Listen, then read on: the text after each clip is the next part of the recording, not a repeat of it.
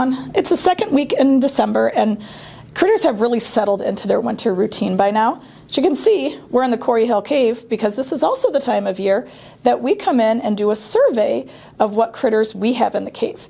We know that we have some of our resident ones who stay here year-round, like camel crickets and roly-polies and spiders, but it's always fun to see which winter residents come in. Things like bats or maybe different kinds of moths that will use this as a place to hibernate. So we're going to move our way through the cave, look in some of the different rooms, and see how many different species we can count. All right, so we're in room number 5, and I have found a lot of our resident animals already. So up on the ceiling right there, we have one of our spiders. We do get different sizes and kinds of spiders. This is one of our more slightly smaller ones. We do get some of the really big wolf fishing spiders that can be over a size of a quarter, which is really, really cool. We also have, and everybody has their own name for this, we call them roly-polies, potato bugs, sow bugs, but we do get a lot of those guys in here year-round too. And then our cave crickets or our camel crickets. And these ones, when you get these nice big adults like this, and you look at them closely, you can actually tell the boys from the girls. Because the girls have, off the back end of their abdomen, they have their ovipositor. It's the tube that they use to lay their eggs. Well, we're still looking for those hibernators, so we're going to have to keep moving.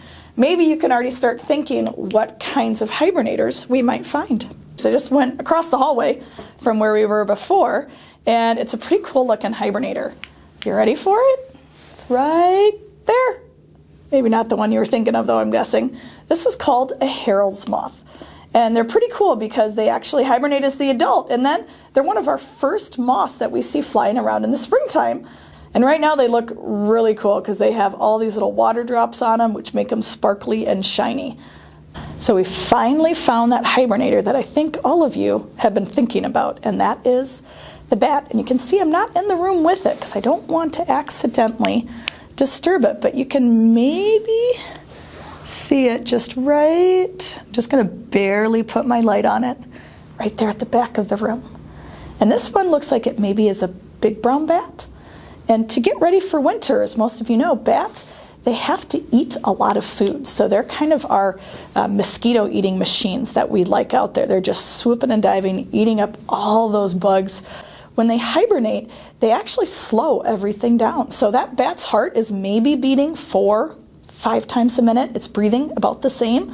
So think about trying to hold your breath every 15 seconds and then just taking one more breath and then holding it for another 15 seconds. Kind of think about what your winter would be like if you had to do that. And they're also letting their body temperature on the inside cool down a little bit. Now, this bat is hanging all by itself because that's what big brown bats tend to do. We do sometimes get other bats that clump together. Let's see if we can find any of those in the cave. All right, so we did find some of those little clumping bats that I was talking about.